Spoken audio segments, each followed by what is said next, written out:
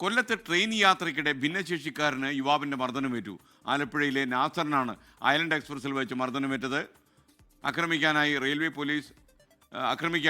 Police അന്വേഷണം ഊർജിതമാക്കിയെന്ന് വിവരം ലഭിക്കുന്നു. അരുൺ രാജ് കൊല്ലത്ത് നിന്ന് വിവരങ്ങൾ നൽകും. Arun, good morning. എന്താ സംഭവിച്ചത് ശരിക്കും?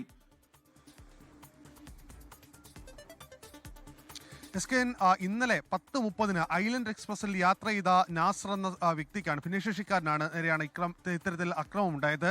നാസർ ശുചിമുറിയിൽ കയറി പുറത്തേക്ക് ഇറങ്ങുമ്പോൾ, അത് ഈ ഭിന്നശേഷിക്കാർക്ക് മാത്രമായിട്ടുള്ള കമ്പാർട്ട്മെന്റ് ആണ്, അവിടെ കയറി പുറത്തേക്ക് ഇറങ്ങുമ്പോൾ യുവാവ് ഈ ഡോറിൽ ചാരി നിൽക്കുകയായിരുന്നു. മാറി നിൽക്കാൻ ആവശ്യപ്പെട്ടെങ്കിലും ഇയാൾ മാറിയില്ല. തുടർന്ന് ഭിന്നശേഷിക്കാരന്റെ ഈ കമ്പാർട്ട്മെന്റിൽ കയറിയത് ഈ നാസർ ചോദ്യം ചെയ്തു. ഇതോടെയാണ് 22 വയസ്സ് മാത്രം പ്രായം തോന്നിക്കുന്ന യുവാവ് ഈ നാസറിനെ അതിക്രൂരമായ രീതിയിൽ മർദ്ദിച്ചത്. തുടർന്ന് ഈ യാത്രക്കാരൊക്കെ ഇടപെട്ടുകൊണ്ട് യുവാവിനെ ട്രെയിനുള്ളിൽ തന്നെ തടഞ്ഞു വെച്ചു. പക്ഷേ ശാസ്താംകോട്ടയിൽ ട്രെയിൻ നിർത്തുമ്പോഴേക്കും ഈ യുവാവ് ഈ ട്രെയിനിൽ നിന്ന് പുറത്തേക്ക് ചാടുകയായിരുന്നു. വീണെങ്കിലും ഇയാൾ പിന്നീട് ഓടി രക്ഷപ്പെട്ടു എന്നുള്ളതാണ് ഈ സഹയാത്രികരടക്കം ഇപ്പോൾ പോലീസ് നൽകിയിരിക്കുന്ന മൊഴി.